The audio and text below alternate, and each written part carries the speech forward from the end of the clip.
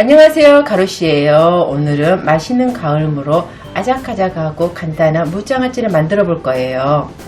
먼저 무를 살펴보면 여기 이게 잔뿌리들이 있잖아요. 이거는 걸리적거리고 맛도 없으니 잘라내 버려주세요.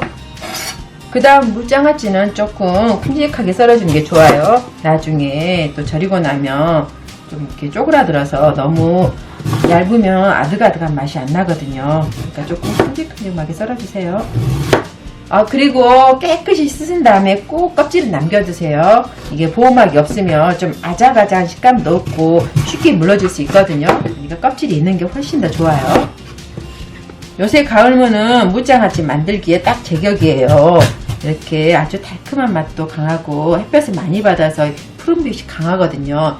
거기다 가격대도 저렴해서 한번 해놓으면 1년 동안 두고두고 먹을 수 있어서 참 좋죠. 이제 용기에 설탕을 한번 뿌려준 다음 무를 넣은 다음에 켜켜로 설탕을 뿌려주세요. 예전에는 이 무의 수분기를 없애려면 소금에 절였다가 햇볕에 말리는 과정을 하다 보니까 좀 시간도 오래 걸리고 또 잘못하면 이제 곰팡이 쓸 염려도 있고 비가 오면 또 힘들잖아요. 근데 요즘은 이렇게 설탕으로 절여서 이 삼투압 현상으로 이게 수분기를 빼버리면 신경 쓸 필요도 없고 시간도 절약돼서 아주 좋더라고요. 설탕을 켜켜로 할 때 다 뿌리지 마세요. 위에다가 설탕 뚜껑을 만들어 줘야지 훨씬 더 잘 절여진답니다. 마지막에 설탕을 듬뿍 뿌려주세요. 그래야지 이 보호 역할도 하면서 또 자칫 상할 수 있는 염려가 없거든요. 이제 뚜껑을 덮고 무가 수분이 빠지고 설탕이 녹을 때까지 좀 실온에서 3일 정도 충분히 놔두세요. 지금 이게 하루 이틀 지난 건데 지금 살짝 보시면 설탕물이 다 녹아서 공기층이 노출된 게 보이시죠? 이게 또 아주 추울 때는 괜찮은데 살짝 날씨가 따뜻해지면 또 변질될 위험성이 있거든요. 그거를 이제 차단하기 위해서는 또 조심하면서 우리가 또 이렇게 무거운 접시를 올려놓으면 푹 담겨지니까 또 그럴 염려는 없겠죠? 이제 다시 뚜껑을 덮어서 물이 좀 더 빠지게 더 놔둘게요. 어때요? 지금 이거 3일 정도 지난 건데 물기가 쏙 빠져서 꼬들꼬들한 게 보이시죠? 이제 간장물에 담가줄 건데 지금은 좀 물기가 많으니까 한번 체에 받쳐서 조금 있다가 넣어줄게요.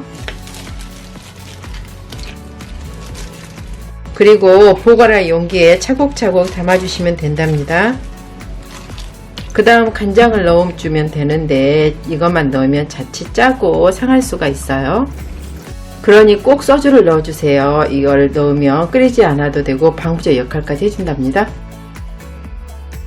이제 양념이 별 수 있도록 무거운 그릇을 올린 다음에 베란다에서 좀 며칠 놔둘게요.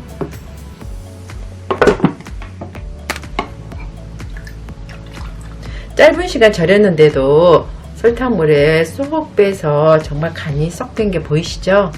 이제 김치 냉장고 넣어 두고두고 드시면 되는데 제가 오늘은 간단하게 무쳐서 먹는 방법에 대해서 가르쳐 드릴게요. 물에 담가서 짠기를 빼주시면 되는데 지금 이거는 담근 지 별로 안 됐으니까 그냥 가볍게 씻어서 그냥 짜기만 해주시면 돼요. 근데 이제 오래 둘수록 아무래도 좀 짜지겠죠? 그때는 조금 담갔다 해주시는 게 더 맛있게 즐기실 수 있으실 것 같아요.